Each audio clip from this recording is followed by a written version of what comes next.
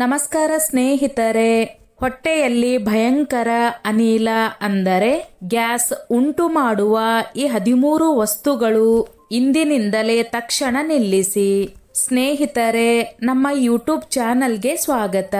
ಇಂದಿನ ವಿಡಿಯೋ ಯಾರ ಹೊಟ್ಟೆಯಲ್ಲಿ ಗ್ಯಾಸ್, ಉಬ್ಬರ, ಭಾರವಾದ ಅನುಭವ ಮತ್ತು ಭಯಂಕರ ಹೊಟ್ಟೆಗಾಳಿ ಅಂದ್ರೆ ಪಾದ ಎಷ್ಟು ಹೆಚ್ಚಾಗಿ ಆಗುತ್ತದೆಯೋ ಅಂತವರಿಗಾಗಿ ಇದೆ.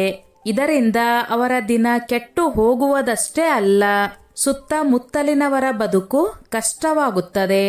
ಅನೇಕರು ಹೇಳುತ್ತಾರೆ, ನಾನು ಏನೇ ತಿಂದರೂ ಗ್ಯಾಸ್ ಉಳಿಯುತ್ತದೆ.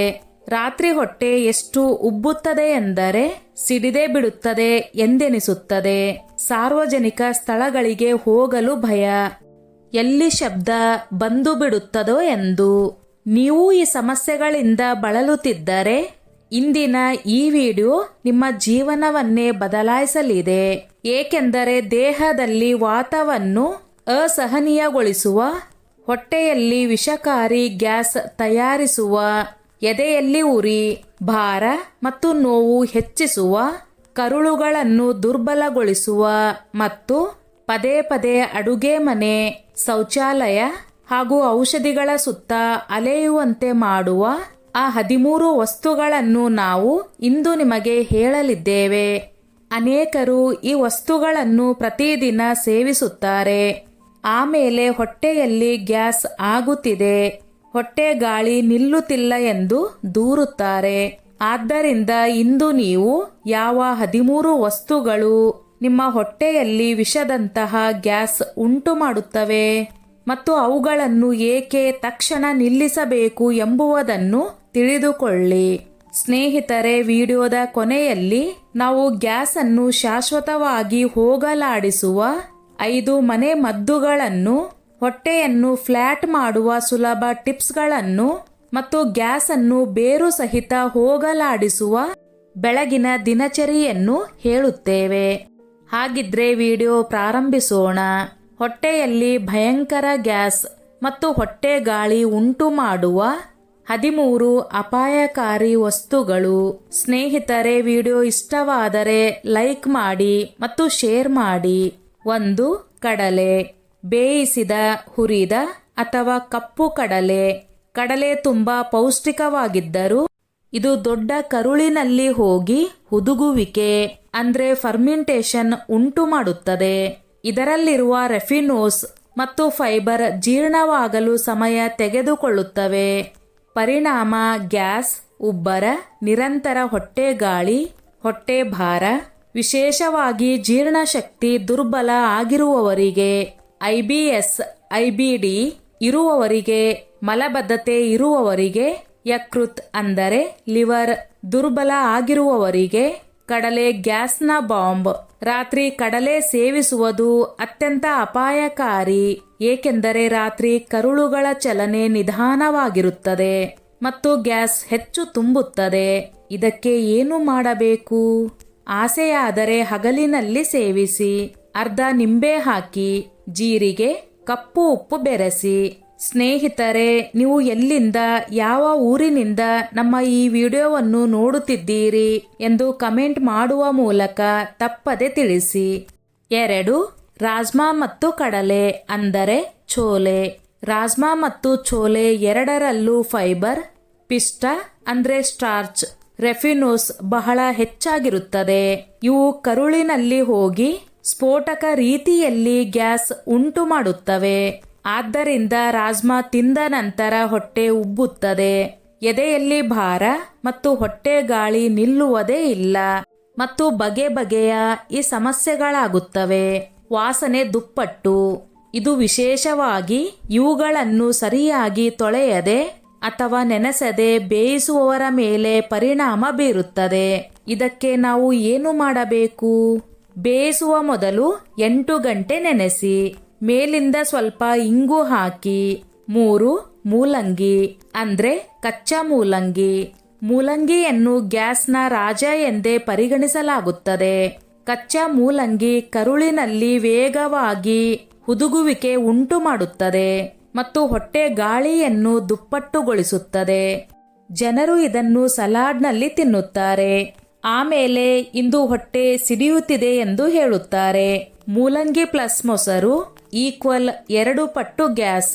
ರಾತ್ರಿಯ ಮೂಲಂಗಿ ಭಯಂಕರ ಗ್ಯಾಸ್ ಉಂಟು ಮಾಡುತ್ತದೆ. ಇದಕ್ಕೆ ನಾವು ಏನು ಮಾಡಬೇಕು? ಇದನ್ನು ಹುರಿದು ಅಥವಾ ಬೇಯಿಸಿ ತಿನ್ನಿ. ಕಚ್ಚಾವಾಗಿ ಕಡಿಮೆ ಸೇವಿಸಬೇಕು. 4 ಎಲೆಕೋಸು ಅಂದರೆ ಪತ್ತಾಗೋಬಿ ಅಥವಾ ಕ್ಯಾಬೇಜ್. ಇದರಲ್ಲಿ ಗಂಧಕದ ಅಂಶವಿದ್ದು ಇದು ಭಯಂಕರ ದುರ್ವಾಸನೆ ಉಳ್ಳ ದೊಡ್ಡ ಕರುಳಿನಲ್ಲಿ ಸ್ಫೋಟಕ ಗ್ಯಾಸ್ ಉಂಟು ಮಾಡುತ್ತದೆ. ಕಚ್ಚಾ ಎಲೆಕೋಸನ್ನು ಸಲಾಡ್ನಲ್ಲಿ ತಿನ್ನುವುದೇ ಅತಿ ದೊಡ್ಡ ತಪ್ಪು. ರಾತ್ರಿ ಎಲೆಕೋಸು ಸೇವಿಸಿದರೆ ಗ್ಯಾಸ್, ನೋವು, ಹೊಟ್ಟೆ ಗಾಳಿ, ಹೊಟ್ಟೆ ಉಬ್ಬರ. 5 ಬ್ರೋಕ್ಲಿ ಆರೋಗ್ಯಕರವಾಗಿದ್ದರೂ ಗ್ಯಾಸ್ ಉಂಟು ಮಾಡುವುದರಲ್ಲಿ ಚಾಂಪಿಯನ್. ಇದರಲ್ಲೂ ಸಲ್ಫರ್ ಸಂಯುಕ್ತಗಳು ಮತ್ತು ಫೈಬರ್ ಹೆಚ್ಚಾಗಿರುತ್ತದೆ. ಇದರಿಂದ ಭಾರ, ಅನ್ನಗತ್ಯ ಉತ್ಪನ್ನಗಳು, ದುರ್ವಾಸನೆ ಉಳ್ಳ ಗ್ಯಾಸ್, ಹೊಟ್ಟೆ ನೋವು ಮುಂತಾದವು ಆಗುತ್ತವೆ. ಯಾರ ಕರುಳು ಸೂಕ್ಷ್ಮವಾಗಿದೆಯೋ ಅವರು ಬ್ರೋಕ್ಲಿ ಸಂಪೂರ್ಣವಾಗಿ ತಿನ್ನಬಾರದು. 6 ಬೇಳೆಗಳು, ವಿಶೇಷವಾಗಿ ಹೆಸರು ಬೇಳೆ ಮತ್ತು ಉದ್ದಿನ ಬೇಳೆ. 2 ಪ್ರೋಟೀನ್ ಮತ್ತು ಫೈಬರ್ನಿಂದ ಸಮೃದ್ಧವಾಗಿವೆ. ಆದರೆ ಉದ್ದಿನ ಬೇಳೆ ಅತಿ ಹೆಚ್ಚು ಗ್ಯಾಸ್ ಉಂಟು ಮಾಡುತ್ತದೆ. ಹೆಸರು ಬೇಳೆ ಎರಡನೆಯದಾಗಿ ಹೆಚ್ಚು ಗ್ಯಾಸ್ ಉಂಟು ಮಾಡುತ್ತದೆ. ಹೊಟ್ಟೆ ದುರ್ಬಲವಾಗಿದ್ದರೆ ಈ ಬೇಳೆಗಳನ್ನು ಸಂಪೂರ್ಣವಾಗಿ ತಿನ್ನಬೇಡಿ. ಇದರಿಂದ ಹುಳಿತೇಗು, ತೀಕ್ಷ್ಣ ಗ್ಯಾಸ್, ದುರ್ವಾಸನೆ ಉಳ್ಳ ಹೊಟ್ಟೆ ಗಾಳಿ ಮತ್ತು ಹೊಟ್ಟೆ ಭಾರವಾಗುತ್ತದೆ. ಇದಕ್ಕೆ ನಾವು ಏನು ಮಾಡಬೇಕು? ಬೇಳೆ ಬೇಯಿಸುವಾಗ ಇಂಗು ಹಾಕಿ. ರಾತ್ರಿ ಬೇಳೆ ಕಡಿಮೆ ಮಾಡಿ. ಉದ್ದಿನ ಬೇಳೆಯನ್ನು ವಾರಕ್ಕೆ ಒಮ್ಮೆಗಿಂತ ಹೆಚ್ಚು ತಿನ್ನಬಾರದು. 7 ಬ್ರೆಡ್, ಪಿಜ್ಜಾ, ಬರ್ಗರ್ ಮತ್ತು ಮೈದಾ ಹೊಟ್ಟೆಯಲ್ಲಿ ಅಂಟಿಕೊಳ್ಳುತ್ತದೆ ಮತ್ತು ಜೀರ್ಣವಾಗುವುದಿಲ್ಲ. ಇದು ಕರುಳಿನಲ್ಲಿ ನಿಂತು ಗ್ಯಾಸ್ ಉಂಟು ಮಾಡುತ್ತದೆ. ಇದರಿಂದ ಹೊಟ್ಟೆ ಗಾಳಿ ಎಷ್ಟು ಆಗುತ್ತದೆ ಎಂದರೆ ಜನರು ಮೂಗು ಹಿಡಿದುಕೊಳ್ಳುತ್ತಾರೆ. ರಾತ್ರಿ ಮೈದಾ ಸೇವಿಸುವುದು ಅತ್ಯಂತ ಕೆಟ್ಟದು. 8 ಹಾಲು, ವಿಶೇಷವಾಗಿ ಲ್ಯಾಕ್ಟೋಸ್ ಅಸಹಿಷ್ಣುತೆ ಇರುವವರಲ್ಲಿ ಅನೇಕರಿಗೆ ಹಾಲು ಜೀರ್ಣವಾಗುವುದಿಲ್ಲ.